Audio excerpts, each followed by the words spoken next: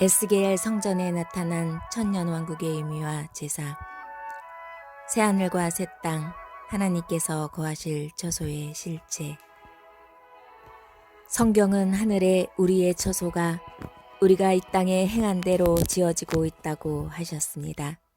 그 형태에 대해 자세히 나와 있는 에스겔 성전을 통해 그것이 실체가 되어 나타날 천년왕국의 의미와 제사의 의미, 새하늘과 새 땅의 의미, 하나님께서 거하실 처소는 어떻게 지어져 가는지 알아보도록 하겠습니다. 새 예루살렘 성은 어떻게 누가 짓는 것일까요? 우리는 이 땅에 살면서 좋은 지위, 좋은 집, 아름다운 곳에 살기를 원합니다. 그러나 여러 가지 부족함과 능력과 실력도 없어서 좋은 지위도 좋은 집도 갖지 못하고 집을 짓지도 못합니다.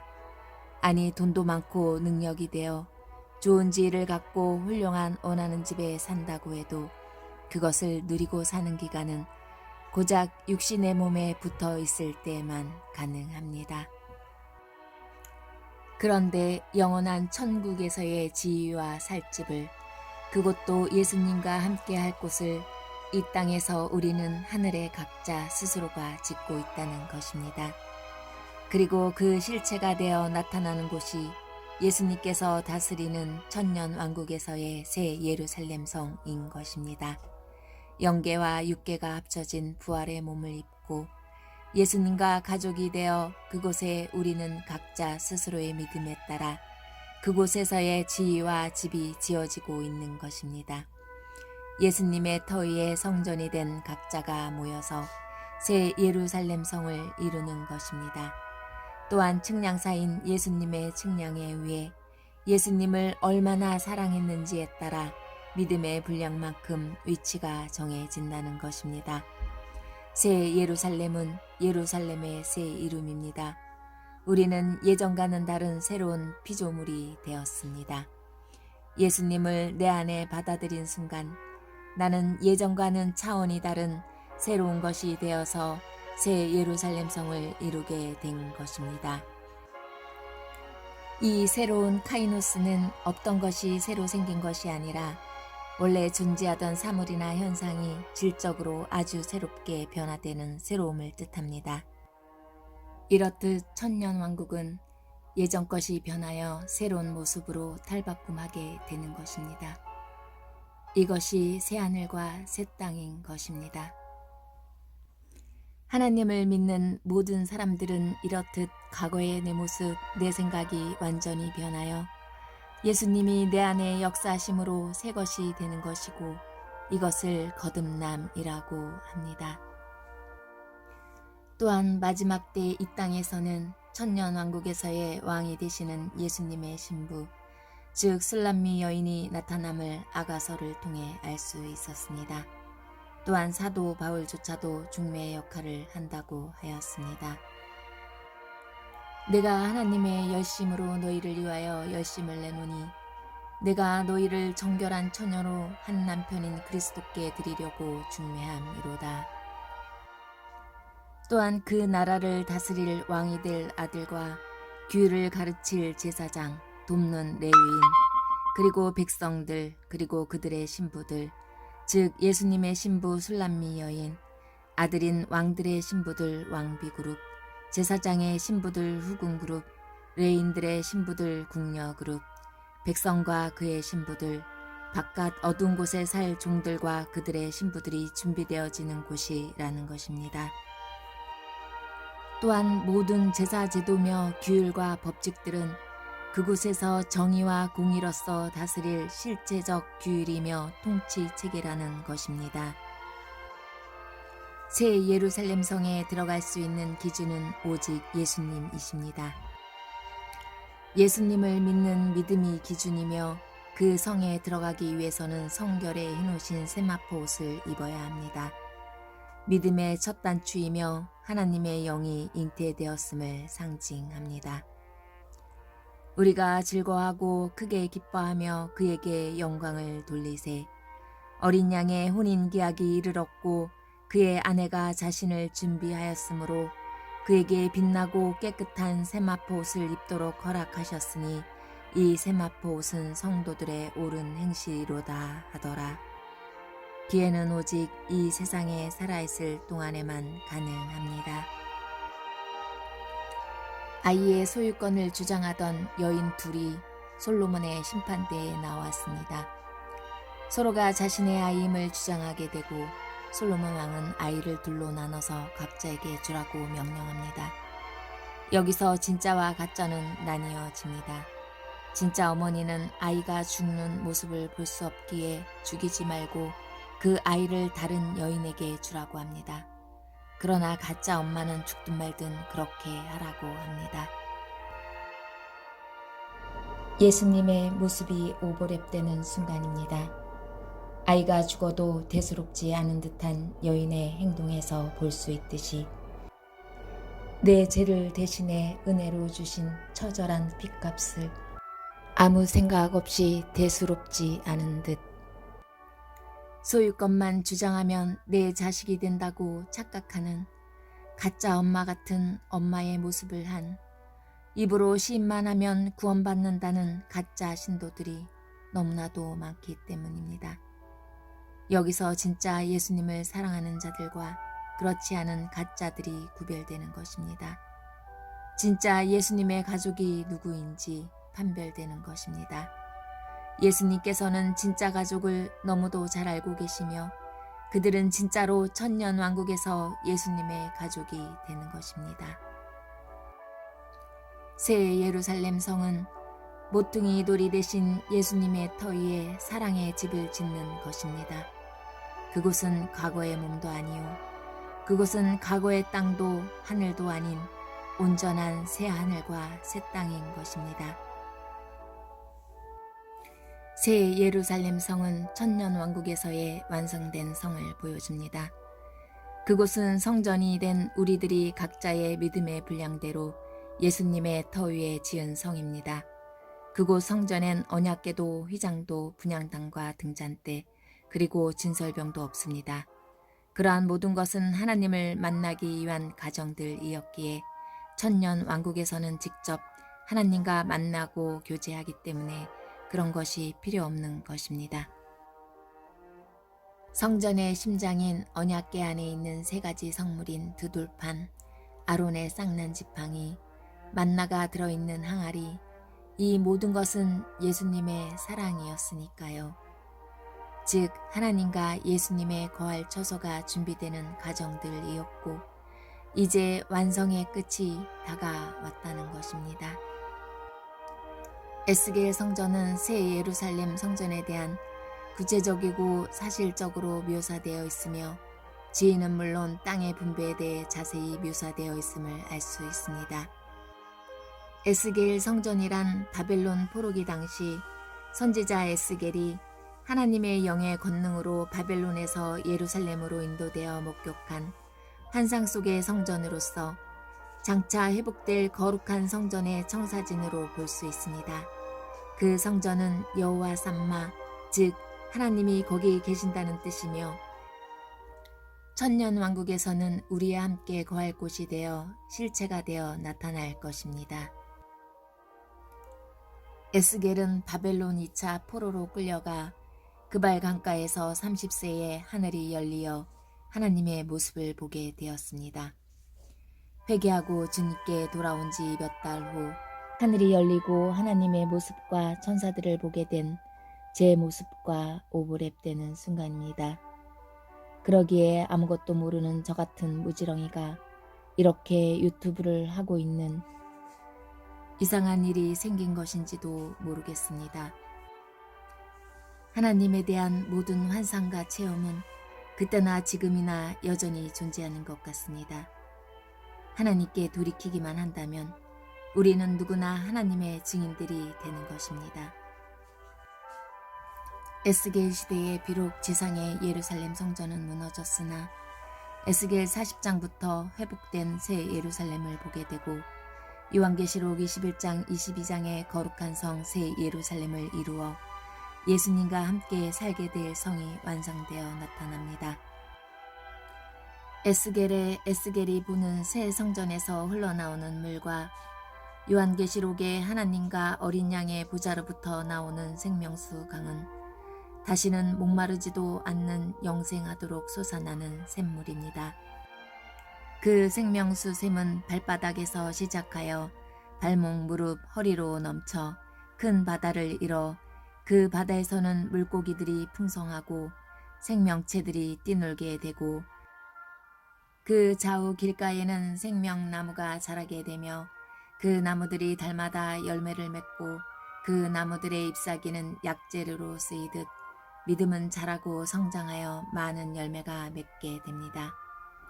여기서 생명수샘이란 하나님의 사랑이요 그 사랑이 담긴 성경 말씀이요 믿음을 통해 역사하시는 성령님을 말씀하시는 건데 그 믿음의 분량대로 새 예루살렘은 지어져 완성되어 그 이전의 땅도 하늘도 바다도 다시는 보이지 않는 모든 것이 이전과는 완전히 다른 새로운 것으로 바뀌는 기적을 체험하게 되는 것이며 천년왕국에서는 그 모든 것을 실체로 모습을 드러내게 될 것입니다.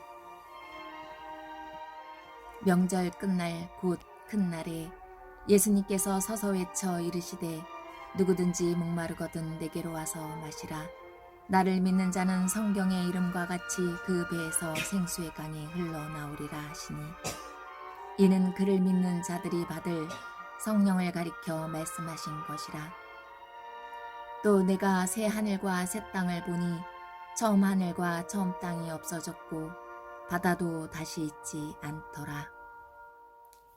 각자의 믿음의 분량대로 예수님을 사랑하는 정도에 따라 지위도 땅도 정해진다니 참으로 놀라운 일이지 않습니까? 가짜 믿음을 가진 저주받은 자들 및 믿지 않은 자들은 성 밖과 바깥 어두운 곳에 거하게 되고 말입니다. 천년왕국에서는 육계 모습과 영계 모습이 합쳐진 모습을 하고 살게 되는데 에스겔 성전에서는 제사 또한 드려짐을 알 수 있습니다. 천년왕국에서의 제사의 참 의미는 무엇일까요? 제사란 온 우주 만물의 창조자이시며 빛이시며 진리이신 하나님께서 친히 인간과 함께 하고자 하시기 위한 제도적 장치였으며 또한 공의와 정의로서 베푸시기 위한 인간에 대한 사랑이 아니던가요? 또한 죽기까지 우리를 사랑하신 하나님에 대한 예의인 것입니다. 모든 구약의 제사가 예수님을 상징하듯 천년 왕국에서의 참 형상으로 나타난다고 생각되어집니다. 성막은 예수님께 어떻게 나아갈 수 있는지 방법을 알려주고 있으며 또한 하늘의 모형이며 천년 왕국의 실체임을 에스겔 선지자의 환상을 통해서도 알 수 있는 것입니다. 새 예루살렘 성은 전체가 하나님의 임재가 가득합니다. 환난 중에도 예수님을 끝까지 배반하지 않고 위를 지킨 사독 제사장의 직위를 획득한 자들이 제사장직의 직분을 수행하게 되는데 제사장은 성소에서 하나님을 섬기며 제사를 드리는 업무를 감당하며 백성들에게 거룩과 속된 것을 분별하고 하나님의 말씀을 가르치며 이스라엘로 하여금 거룩하게 하는 영적인 지위에 있었습니다. 그 외에 제사장은 율법에 규정된 직무를 수행하였습니다. 그러기에 그들은 하나님께 구별된 거룩한 자가 되어야 했고 그들의 거룩은 제사장의 거룩한 의복과 위임식에 필요한 절차 등을 통하여 표현되어졌는데 이 모든 직위를 예수님의 은혜로 예수님을 믿는 믿음대로 하늘 성전에서 그 지위를 갖게 되어 행하게 되는 것입니다. 그런 업무를 특별히 레위인 중 거룩한 사독 제사장의 직위를 갖게 된 자들이 수행하게 되는 것입니다. 천국의 모형으로 이 땅에 성막을 주셨고 레위인을 세워 구별하셨지만 매번 인간의 죄와 타락으로 성전은 불타버렸고 진정한 하늘 성전은 이 땅에서 선택받은 참 제사장들이 그 직위를 갖게 되어 참 제사를 드리게 되는 것임을 알 수 있습니다. 이스라엘 백성들이 가나안에 정착 후 출애굽 당시 40년 광야 생활 동안 지켜주신 하나님의 은혜를 기념하기 위해 히브리 종교력으로 7월 15일 주간 초막을 짓고 거기서 온 가족이 거하면서 지켰듯이 지그의 안식년이요 희년이 12번째 되는 하나님의 정하신 때에 육신의 몸을 입고 죄인이 된 우리를 살리기 위하여 직접 인간의 모습을 하고 제물이 되셔서 세우게 된 천년 왕국에서의 제사는 예수님을 통한 사랑을 기리게 되는 감사의 날이며 수학의 날이자 육신의 장막 안에서의 삶과 강야의 삶을 생각하며 감사와 기쁨을 기르며 나누는 축제의 날이 되는 것입니다. 그때서야 비로소 예수님은 드시지 않던 포도주를 드실 것입니다. 그러한 모든 자를 천국 백성 삼아주신 분이 예수님이시고 그 사랑과 보살핌으로 살게 되는 곳 또한 천년 왕국인 것입니다. 그러한 감사의 11조를 가져온 백성들에게 하나님의 어린 양이 너를 구원한 것을 기리고 복을 빌어주는 역할이 또한 제사장의 역할인 것입니다.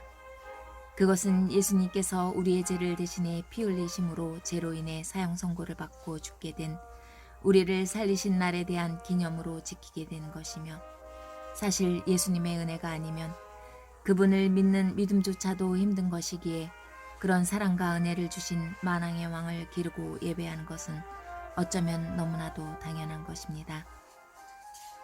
하나님께서 우리를 향해 너는 내 백성이라 불러주심은 우리가 잘나서가 결코 아니요 오직 국률함을 입어 하나님만 사랑하시는 그 아들의 영이 우리 안에 오셨기에 우리 안에 계시는 그 아들의 영 때문에 너는 내 신부요 자녀요 백성이라는 특권을 누리게 된 것이기에 이렇게 자격 없는 우리를 하나님의 백성 삼아주신 예수님 말고는 자랑할 것이 없으니 온전히 예수님 안에만 거하는 것이 길이요 진리요 생명이며 그런 예수님께서 우리와 항상 함께 하신다는 이 말씀이 에스겔 전체의 결론 여호와 삼마이며 새 예루살렘이며 새 하늘과 새 땅인 것입니다.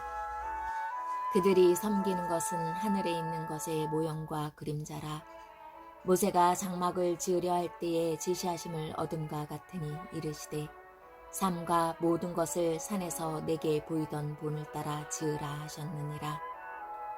우리를 거스르고 불리하게 하는 법조문으로 쓴 증서를 지으시고 제하여 버리사 십자가에 못 박으시고 그러므로 먹고 마시는 것과 절기나 초하루나 안식일을 이유로 누구든지 너희를 비판하지 못하게 하라.